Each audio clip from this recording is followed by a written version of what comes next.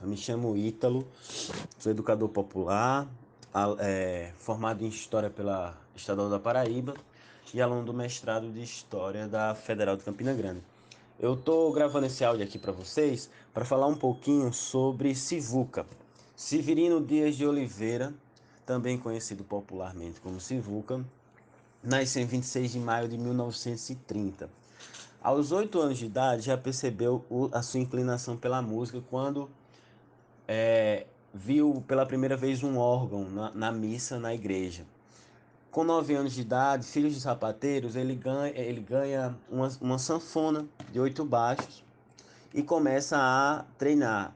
O Sivuca sempre foi autodidata, ou seja, ele aprende a tocar sanfona sozinho. Quando completa 15 anos, ele vai morar em Recife para tentar a carreira enquanto músico.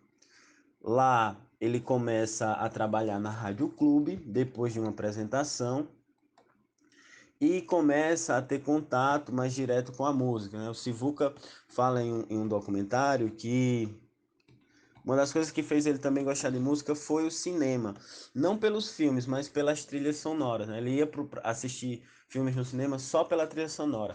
E isso mostra a paixão que ele tinha pela música, que é uma paixão que já vem de berço, né? Desde pequeno. Com 18 anos de idade, morando em Recife, ele vai trabalhar na Rádio do Comércio.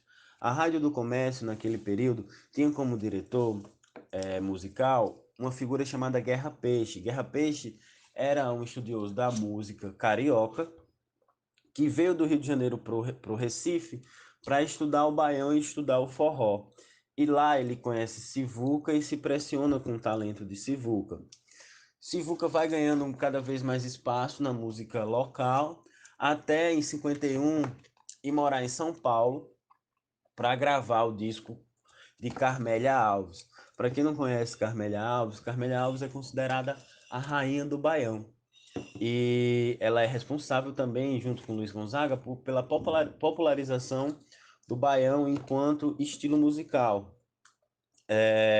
E também em 1951, Sivuca compõe um dos seus maiores sucessos e grava o seu primeiro disco. Nesse disco tem essa música que se chama Adeus Maria Fulô, é, fazendo com que até bandas de rock, 10 anos depois, gravem essa música. Né? O grupo de rock psicodélico brasileiro, Os Mutantes, grava a música do Sivuca, Adeus Maria Fulô, que vale a pena dar uma escutada, tem lá no YouTube.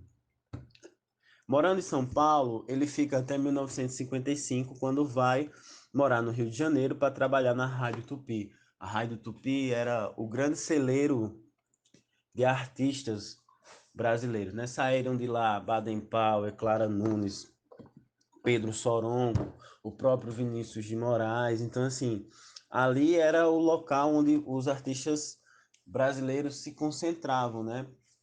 Tanto os do Nordeste quanto os do Sudeste. É, 3 anos depois, o Sifuca sai em turnê pela Europa com um grupo chamado Os Brasileiros, com o objetivo de divulgar a música brasileira nos salões de música europeia, né? Ia lá o Sivuca, mais outros artistas locais. Sivuca fica fora do país de 58 até 64.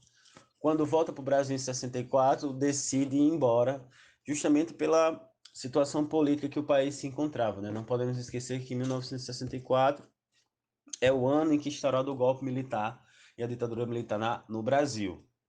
Sivuca vai embora do Brasil, vai morar em Nova York, e lá em Nova York ele passa a dar uma outra dimensão para a sanfona. A sanfona começa a participar de concertos de música clássica, né? Era muito comum o Sivuca adaptar o Sebastian Bach, que é uma das grandes figuras da música clássica, para o acordeon. Além disso, ele passa também a trabalhar em alguns musicais. Por exemplo, tem um diretor de musical norte-americano chamado Oscar Brown, que é também uma figura que é um militante pelos direitos civis dos negros e das negras norte-americanas, e Sivuca construiu uma parceria muito bonita e muito importante com ele. Além disso, Sivuca também começa a fazer trilhas sonoras de outros musicais, fazendo com que ele chegue até os ouvidos de Miles Davis. Miles Davis foi um dos maiores trompetistas do jazz norte-americano, e Miles Davis tinha um problema com o acordeon. E ele manda um telegrama, uma carta para Sivuca, agradecendo por Sivuca fazer com que Miles Davis faça as pazes com o acordeon, pelo jeito que Sivuca tocava. Dominguinhos costumava falar que Sivuca era o homem mais rápido do mundo tocando sanfona, pela velocidade, pelo jeito que colocava o fole, fazendo com que essa figura seja uma das principais figuras da música brasileira. Só que não acaba por aí.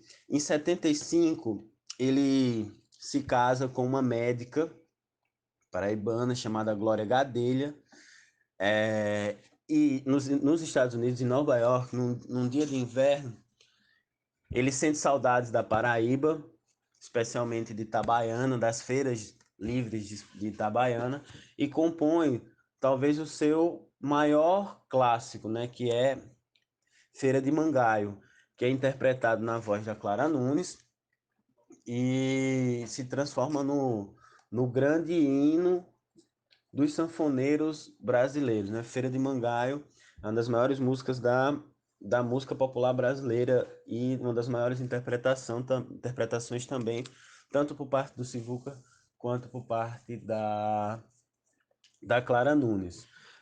Além disso, o Sivuca passa a gravar discos com outros artistas do jazz, artistas do rock. Por exemplo, ele grava um disco com o Paul Simon, que é um artista norte-americano do rock. Além disso, né, uma das suas primeiras composições lá nos anos 50 foi João e Maria, né, que a melodia, a valsa feita, acaba inspirando o Chico Buarque para fazer a letra.